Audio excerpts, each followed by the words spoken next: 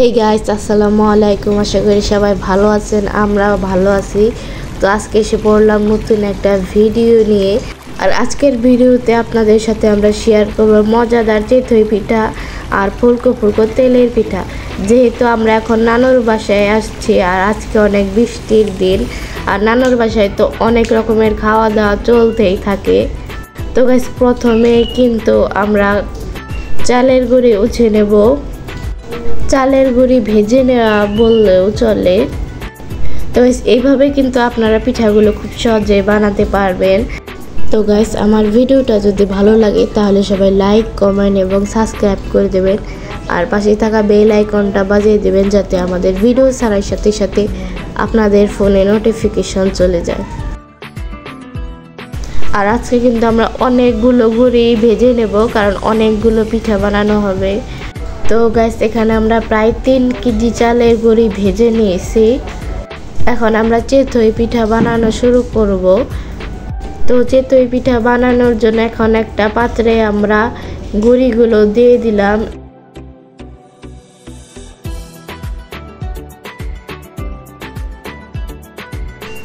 তো গাইস, আরেক জায়গায় আমরা তেলের পিঠা বানানোর জন্য কিছু গুঁড়ি নিয়ে নিলাম। তো এখন আমরা চিতই পিঠা বানানোর জন্য ডো তৈরি করে নেব। এখানে কিন্তু আমরা অল্প অল্প পানি ঢালছি, আর এটা ভালো করে মাখিয়ে নিতে হবে। অল্প অল্প পানি ঢালবেন আর ভালো করে মাখিয়ে নেবেন, দেখবেন পিঠা অনেক ভালো হবে।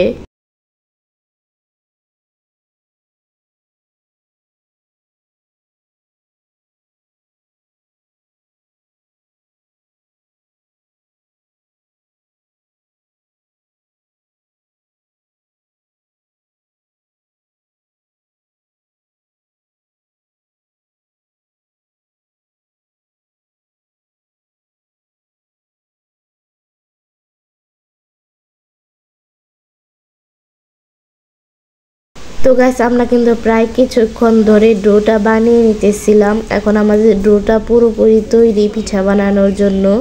তো গাইস, এখন আমরা প্রথম পিঠাটা বানিয়ে ফেলবো। তো গাইস, এরপর আমরা পিঠার খোলা বসিয়ে দিছি মাটির। এরপর আমরা পিঠা দিয়ে দিছি, দেখবেন একটু পরে খুব সুন্দর পিঠা তৈরি হয়ে যাবে। তো দেখতেছেন পিঠাটা কিন্তু অনেক ফুলে গেছে। আমাদের সবগুলো পিঠাই এইভাবে ফুলেছে। পিঠাগুলো যেরকম নরম, খেতে তেমন মজাদার, পুরো ফুলকো ফুলকো পিঠা।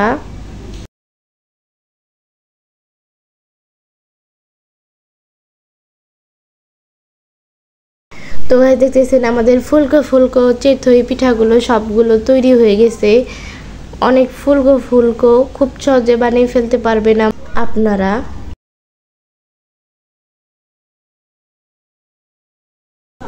তো গাইস, এরপর আমরা তেলের পিঠা বানানোর জন্য ডোটা বানিয়ে ফেলবো। তেলের পিঠা বানানোর জন্য ডোটা বানানোর জন্য আমরা গুড় নিয়ে নেব, হাড়ির গুড়।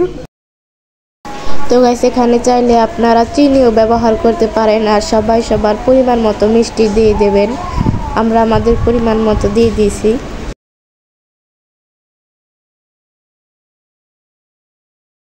তো গাইস, কিছুক্ষণ সময় নিয়ে আমরা খুব ভালো করে ডোটাকে মাখিয়ে নেব। ডোটা কিন্তু পুরো নরম এবং সফট থাকতে হবে, তাহলে পিঠাগুলো ভালো হবে। তো গাইস, ডোটা কিন্তু আমরা প্রায় অনেক সময় ধরেই মাখিয়েছি।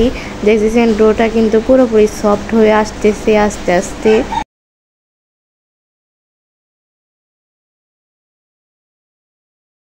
তো গাইস, এখন কিন্তু আমাদের ডোটা পুরোপুরি তৈরি হয়ে গেছে। এখন পিঠাগুলো আমরা বানিয়ে ফেলবো।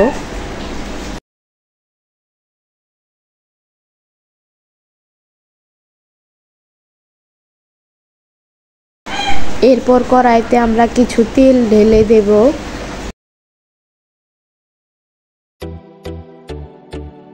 তো গাইস, এখানে কিন্তু তেলগুলো গরম হয়ে গেছে। এখন আমরা পিঠাগুলো ভেজে নেব। দেখতেছেন দেওয়া মাত্রই কিন্তু পিঠাগুলো খুব সুন্দর করে ফুলে আসতেছে। এটা ফুলে কিন্তু পুরো বেলুনের মতো হয়ে গেছে। খুব মজাদার পিঠা।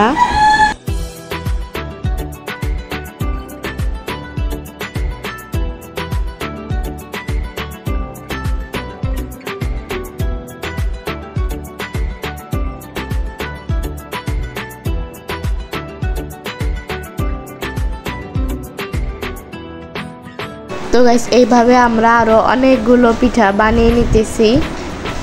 এই পিঠাগুলো বানানো যেমন সহজ, খেতে আরো অনেক বেশি মজাদার।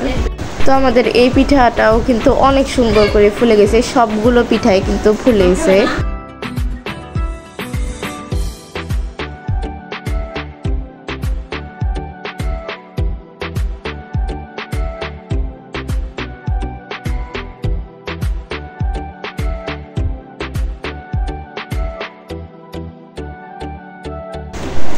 তো গাইস আমাদের সবগুলো পিঠা কিন্তু আস্তে আস্তে বানানো শেষ। পিঠাগুলো কিন্তু অনেক সুন্দর, অনেক নরম এবং সফট, পুরো তুলতুলে পিঠা। এই তেলের পিঠাটা যদি আমাদের মতো করে একবার বানিয়ে খান তাহলে বারবার খেতে মন চাইবে। তো গাইস আমার মামা তো এতগুলো পিঠা খেয়েও বলতেছে যে পিঠা সে খায়নি, আরও খেতে মন চাইতেছে। তো গাইস আমার ভিডিওটা যদি ভালো লাগে তাহলে সবাই কমেন্ট করে জানাবেন, লাইক কমেন্ট এবং শেয়ারও করে দেবেন। তো গাইস পিঠা বানাতে না বানাতে আমার ছোট কিউট মামা তো ভাইটা পিঠা খেতে বসে পড়েছে। একা একা দেখতেছেন অনেকগুলো পিঠা নিয়ে বসে পড়েছে।